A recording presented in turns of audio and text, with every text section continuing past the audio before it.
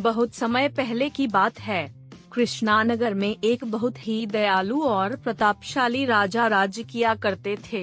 एक दिन उसके नगर में एक विदेशी आगंतुक आया, जिसके बाद राजा ने उसकी बहुत खातिरदारी की और पूरा राज्य भ्रमण करवाया। राजा के इस बर्ताव से प्रसन्न होकर उसने राजा को एक अनमोल पत्थर उपहार में दिया। यह पत्थर बहुत ही सुंदर और चमकीला था।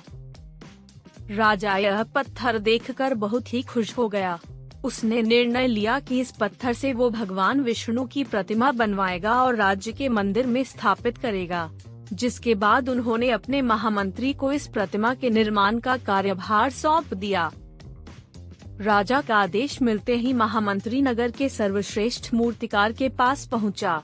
उसने वह अद्भुत पत्थर मूर्तिकार को देते हुए कहा, महाराज राज्य के मंदिर में भगवान विष्णु की एक प्रतिमा स्थापित करवाना चाहते हैं, अतः तुम एक हफ्ते के भीतर इस पत्थर से भगवान विष्णु की मूर्ति तैयार करके राजमहल भिजवा देना और तुम्हें इस कार्य हेतु 50 स्वर्ण मुद्रा दी जाएगी।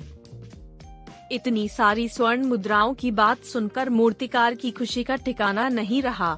महामंत्री के जाने के बाद वह अपने कार्य में जुट गया। उसने इस उद्देश्य से अपने औजारों में से एक हथौड़ा निकला और पत्थर पर वार करने लगा। उसके बार बार उस पत्थर को तोड़ने के सभी प्रयास विफल होते जा रहे थे। मूर्तिकार ने कई बार वार किए किंतु वह पत्थर ज्यों का त्यों ही रहा। मूर्तिकार के लगभग 50 बार वार करने के बाद भी जब वह पत्थर नहीं टूटा तो उसने एक आखिरी बार प्रयास करने के लक्ष्य से हथौड़ा उठाया, किंतु यह सोचकर हाथ पीछे ले लिया कि जब इतने बार प्रयास करने पर भी यह नहीं टूटा तो अब इसका टूटना नामुमकिन सा ही है प्रतीत हो रहा है। वह मूर्तिकार राजमहल गया और उस पत्थर को महामंत्री को लौटा दिया। उसने महामंत्री से कहा कि इस पत्थर को तोड़ पाना नामुमकिन है, इसलिए मैं यह प्रतिमा नहीं बना सकता।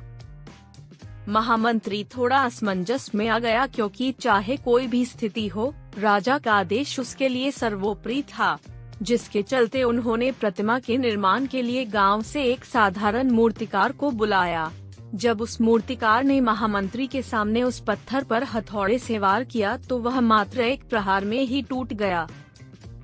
पत्थर तोड़ने के थोड़े समय में ही उस मूर्तिकार ने मूर्ति बनाने की प्रक्रिया शुरू कर दी। यह सब देखकर महामंत्री ने सोचा कि काश वह मूर्तिकार हार नहीं मानता और एक अंतिम बार प्रयास में सफल हो जाता तो वह 50 स्वर्ण मुद्राओं का हकदार होता।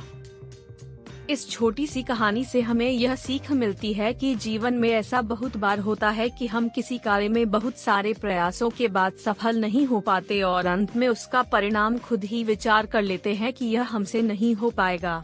लेकिन आपको बता दें, सफलता को प्राप्त करने के लिए एक दो बार नहीं बल्कि बार बार उसके लिए निरंतर प्रयास करने चाहिए। क्या पता जिस आखिरी प्रयास को करने से पहले हम हाथ पीछे कर रहे हो, वही सफलता के लिए हमारा आखिरी पड़ाव हो।